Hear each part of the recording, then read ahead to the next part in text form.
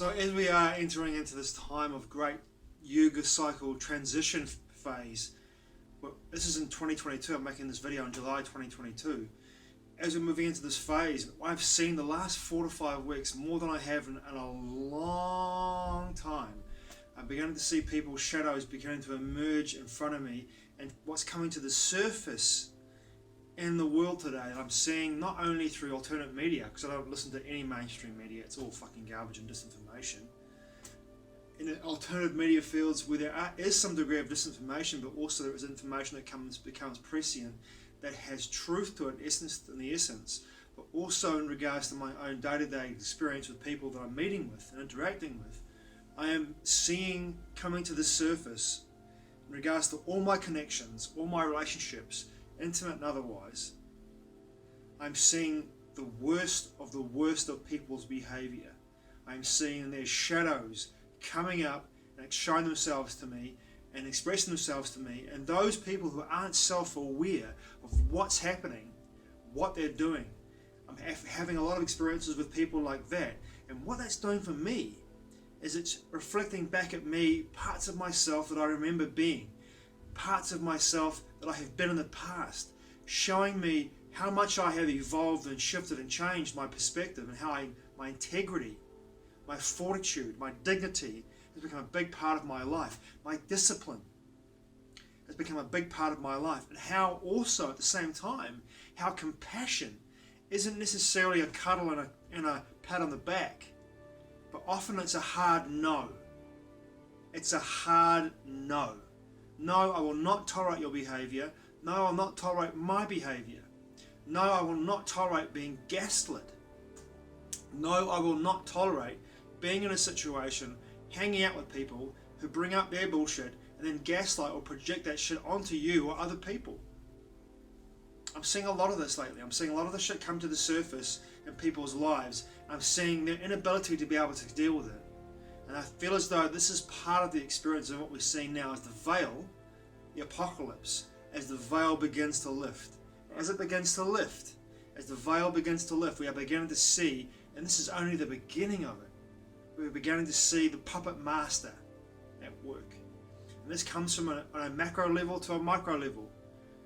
From the game being played out on a global scale, but also played out in our very own lives. I'm seeing it everywhere I go. Everywhere I go. And this is the most important thing I feel as though at this time, is that we are being triggered to see how we have been, how we've evolved.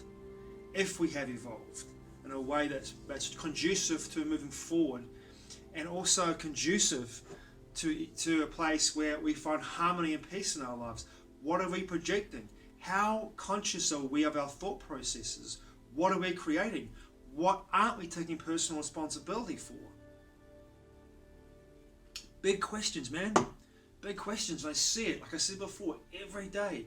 People projecting their shit out onto other people. Not taking personal responsibility for their creations. And you know what? As William James famously said, when he took a whole year to take personal responsibility for everything that he experienced, the father of American psychology, everything he experienced for a whole year, he took personal responsibility for. But the truth of that matter is, we are responsible for everything that we experience because we created it. We created it. By not being conscious of what we're creating, the universe is only just going to give us experiences that will show us what we need to work through, which is wonderful. Don't get me wrong. But at the same time, if we are conscious of our thoughts, our deeds, our actions, we can have a very different experience, and we can create some harmonious, peaceful, joyful, spiritually evolving, if we choose to be spiritually evolving, conscious development processes. We can have these experiences daily, but mix them with a sense of guidance, a sense of protection, a sense of humour, as the cosmic force moves through us. And for me, it's been a big thing over the last 4 months. Thanks to Tom Barnett's videos, I have gone to a place for my daily prayer. One of my daily prayers is to allow God and to allow the planetary consciousness to move through me, to be a vessel for that energy to move through me, to guide me, to protect me, to heal me in my own way, and to also get out of my own way in regards to my ego getting out of the way, so that my spirit of of source energy and of the planetary consciousness can move through me in a way that aligns me to my highest purpose every moment of my existence. As a consequence of that behavior and that prayer system for me, what I have experienced in the last 4 months has been insane.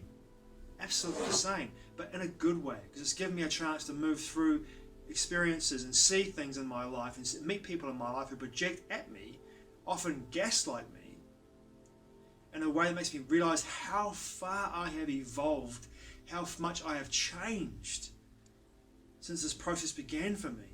I mean, the last 2 years, my jumps in regards to my conscious awakening experience have been quantum jumps.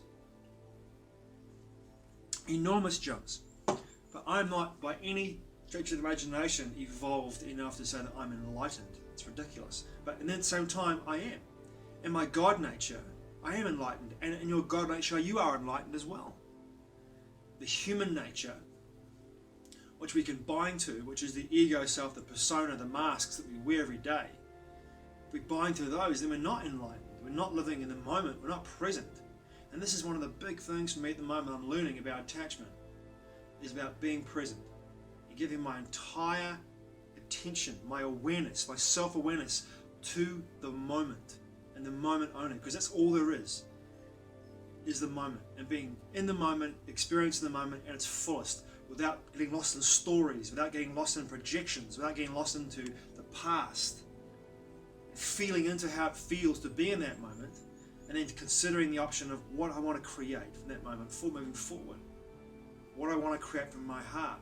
If I'm aligned with source energy, if I'm aligned with God, in order to become more aware, to understand the nature of both these energies moving through me. And for me, it's a very simple sense of surrender to the moment and be present with the moment in a way like I never have before. But by doing this at the same time, I am being reflected. I have been in a situation where I've had this reflection back at me of the worst of people's behaviors, but also the strength and the ability to understand that by holding the space to say, with a loving embrace, a loving and forceful no, I'm able to put people who are doing this and explain to them as loving as I possibly can. Explain to them, please, if they're wanting to listen. And this is the big thing at this time too. People will be able to listen because they are wanting to evolve and grow, and others will not because they'll get defensive in their egotistical human nature, and they will push back. And those people in my life have become small dose people because they're not evolving, they're not shifting, not changing.